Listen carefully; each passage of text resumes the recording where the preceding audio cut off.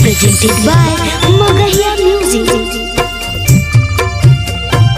सुनाई ना दीदी जिंदाबाद जिंदाबाद जिंदाबाद श्रीकांत भैया जिंदाबाद जिंदाबाद जिंदाबाद चौली पंचायत का जनता जिंदाबाद जिंदाबाद जिंदाबाद Music by PM Bihari। कि आगे माई हमारो सुनाई ना दीदी गरीबन के जन्म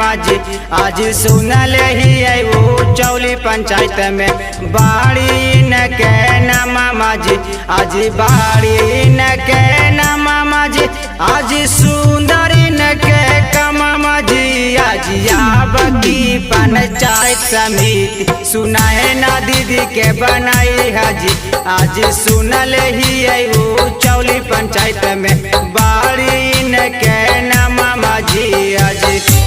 दोस्तों सूखे हुए वृक्ष को पानी से पटाना है, सूखे हुए वृक्ष को पानी से पटाना है। उचौली पंचायत में सुना दीदी को पंचायत समिति बनाना है। सुनाई ना दीदी जिंदाबाद जिंदाबाद जिंदाबाद श्रीकांत भैया जिंदाबाद जिंदाबाद जिंदाबाद उचौली पंचायत का जनता जिंदाबाद जिंदाबाद जिंदाबाद आगे माई दिलावा के साफ हाथिन मानमा के अच्छा जी आज सब उम्मीदवारवा से सुनाए ना दीदी अच्छा जी आज सुनाए ना दीदी अच्छा जी आज मानमा के साचा जी आज याबकी पंचायत समिति श्रीकांत भैया के बनाई हाजी आज सुनल ही है वो चौली पंचायत में बाड़ी न के नाम माजी आज दोस्तों हो गया है सवेरा अंधकार को मिटाना है, हो गया है सवेरा अंधकार को मिटाना है। अगर उचौली पंचायत में विकास चाहिए तो पंचायत समिति सुनैना दीदी को बनाना है। सुनैना दीदी जिंदाबाद जिंदाबाद जिंदाबाद श्रीकांत भैया जिंदाबाद जिंदाबाद जिंदाबाद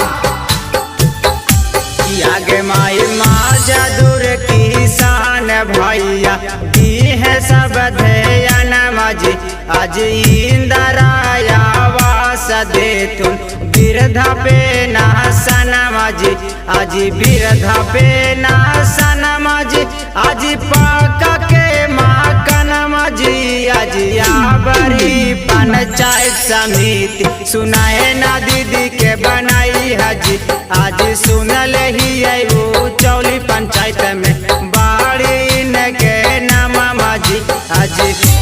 दोस्तों पेड़ है नीम का तो क्या हुआ उसे चंदन बना देंगे, पेड़ है नीम का तो क्या हुआ उसे चंदन बना देंगे। श्रीकांत भैया वह इंसान है अगर साथ सबका हुआ तो उचौली पंचायत को लंदन बना देंगे। सुनाई ना दीदी जिंदाबाद जिंदाबाद जिंदाबाद श्रीकांत भैया जिंदाबाद जिंदाबाद जिंदाबाद आगे माई गाँव में नाली गाली देथुन बनावाई जी आज घर घर नाल जाला देथुन लगावाई जी आज गाली बनावाई जी आज नाल बनावाई जी सुनाए ना दीदी के जिताइया भैया कारथुन भालाई जी आज सुनल ही है वो चौली पंचायत में